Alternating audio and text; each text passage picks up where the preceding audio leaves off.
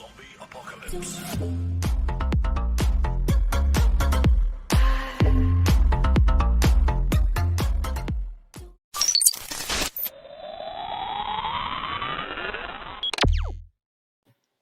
Hey guys, welcome to another Top Drives video, and this is a beginner's guide. I'm going to be starting a brand new collection series of beginner's guides, and today we're going to be starting with the single player element, and we're going to be looking at the campaign mode. So, the campaign mode, it has changed slightly from when it was initially released, and I can't kind of show you the whole thing because I can't restart the game. But what I can do is go through the campaign with you in regards to the best cards to keep and the way to work it. Now, the campaign mode is basically a tutorial into the game, and it teaches you the basics of how Top Drives plays. So, as you can see here, you've got UK Midlands, you've got France, USA, Japan, Germany, and it goes all the way up back to like USA, Japan comes around again, and Monaco to finish. Now, initially, each one of these are locked. The only one that's open is UK Midlands, and you will work through each one of these races and earn stars. And as you complete each one, the next one will unlock. So once you've completed one, you'll go to 2, then to 3, all the way up to 10, which 10 is for the boss of that country.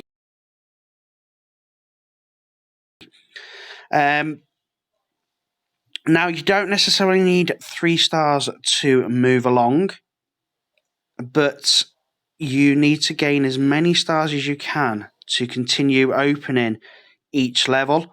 And there will be like a star target up here at the top, and it will show you how many stars you have till you open the next one. So here you can see where it says collect best cars. Well, basically they are the best cars that are available on the prize boards. Now, what do I mean by a prize board? Well, each one has a total of 15 items on it. So there's cars, there is cash, there is gold, and there is XP. When you start the game, there's XP, and as you reach RQ 500, which you can see here, you will then start getting cash. But that's a little bit further along in the game, and I would say straight away, do not rush to get to RQ 500. Just take your time and develop your garage and build your RQ at the same time.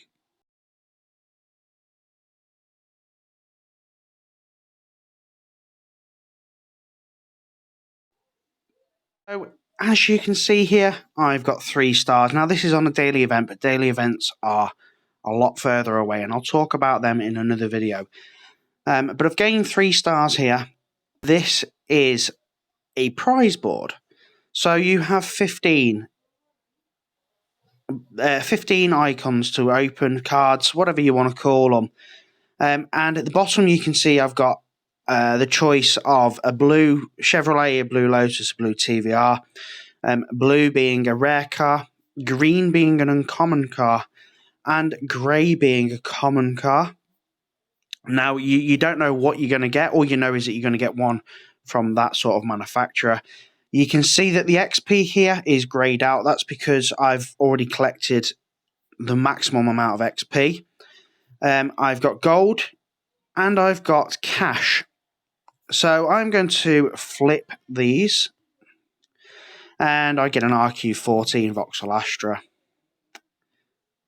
a Renault Capture, and 250 in cash. But as a lower player, that would be XP, or cash depending on whatever the prize boards are paying out. So once you've gained all 15 items off that prize board will no longer pay anything for you. So like I said, you are collecting stars and you will progress through the challenges, gaining as many stars as possible to open all of these levels. And like I said, also at the end of each one is a boss. And each boss pays a car. So as you can see here, I don't know if, yes, I can click on them. So boss number 1 will pay you the Caterham 21. It's an RQ34. It's a good little car to have. And certainly a keeper. Then boss number 2 will pay the Renault 5 Turbo. Not an essential car to keep, but it will be one of your first super rare cars, and it will help you progress through the campaign for quite a while. Then we are going to go to the Chevrolet Camaro Z28, another good small rare car. This is a drag car, and it will come in useful time and time again throughout the lower end of the campaign. Now this one has changed. It used to be the other Subaru BRZ, which did actually take a huge buff up to ultra rare in the World Expo update at update 15, and I'll talk about that in a later video. But this one is 100% a keeper. It's a very, very good RQ43 car. This one you want to max 323 or 969, and again I'll talk about tunes in another video.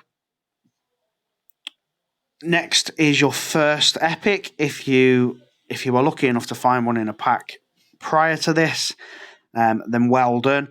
Otherwise, this will be your first epic, and it is the Mercedes-Benz CLS 400. Now, this is, how can I put it? It's a good car. The stats don't look fantastic. It's 5 seconds 0 to 60 and 78 handling, which isn't massive. But this car is medium ride height. It's standard tyres. And as you come to learn about how the tyres work in the game, you'll see the benefit of this car. Basically, your standard tyres are for your wet races, but because it is also medium ride height, which you can see here, it is good for city streets. So just keep that in mind. But again, I'll do a city streets tutorial at some point, a beginner's guide to them, and you can see that how it works. From there, we move back down to another rare car, the Ford Focus ST170. Actually, a very good rare car. I still use mine every now and again. It's a medium ride height car. That's pretty much all I can say about it. Then we move on to the Mercedes-Benz E500. Now, this used to be an ultra rare. It's now been demoted to a super rare, but it is still a very good car. And being a super rare, it's a lot easier to upgrade. And it's a good dragger.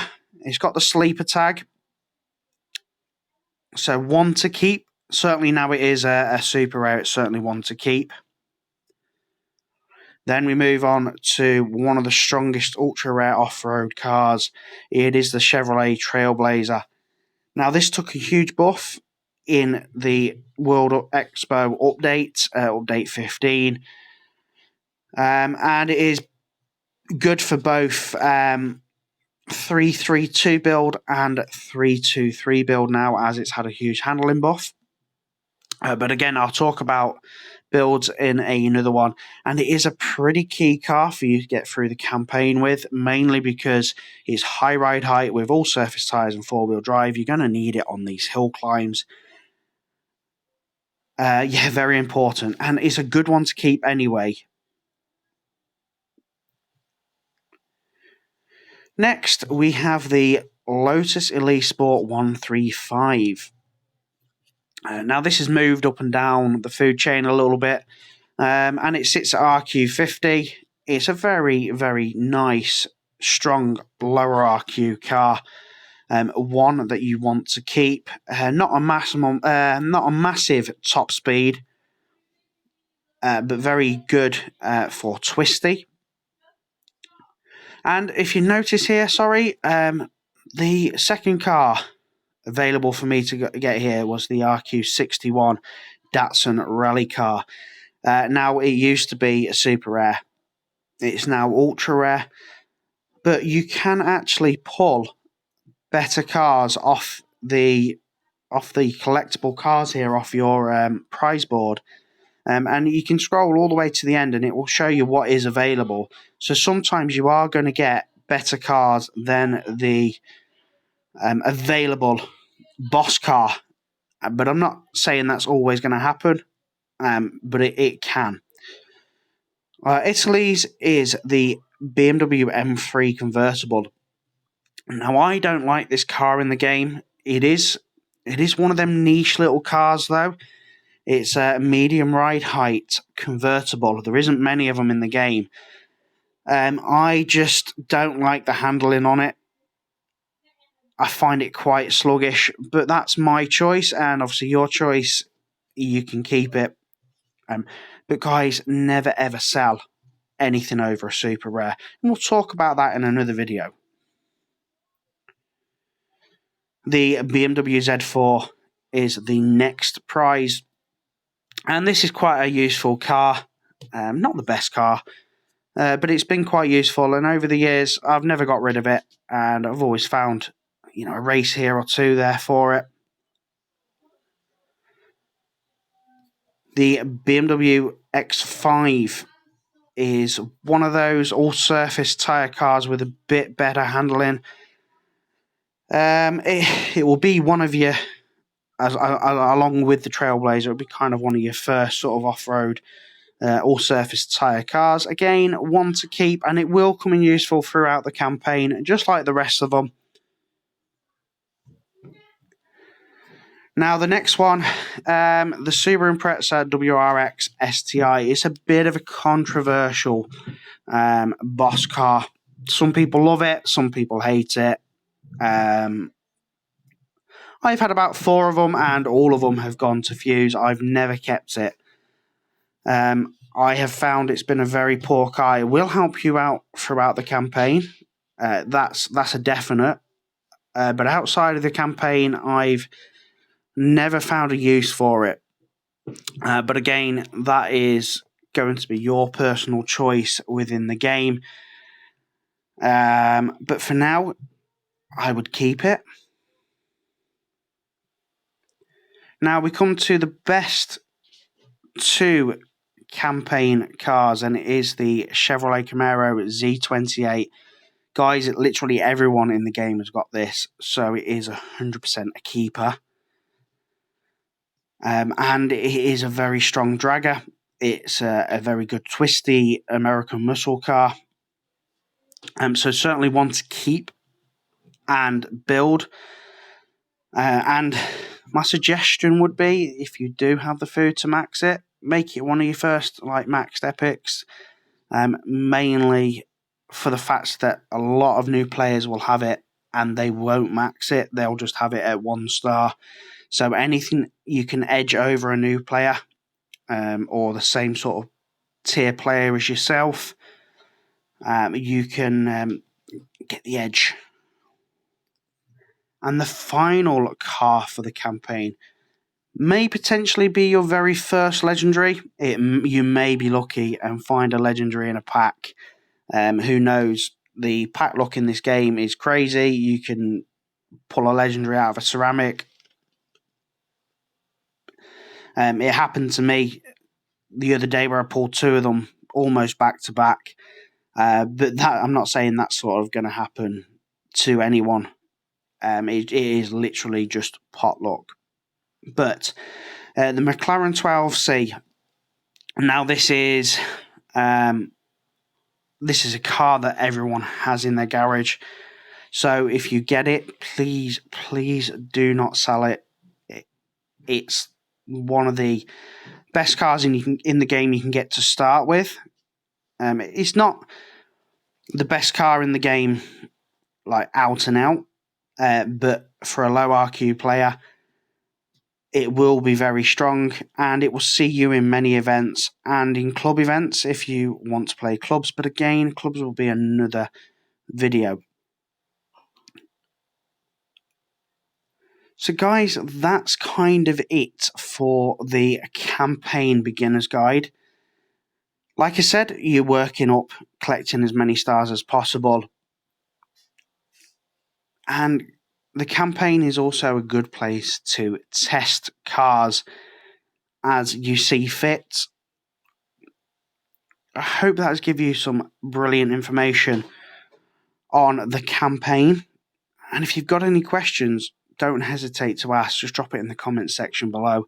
And of course, if you do like my videos, please do drop a like and smash that subscribe button. Have a great day, guys, wherever you are in the world, and I'll catch you next time. Take care. Bye-bye.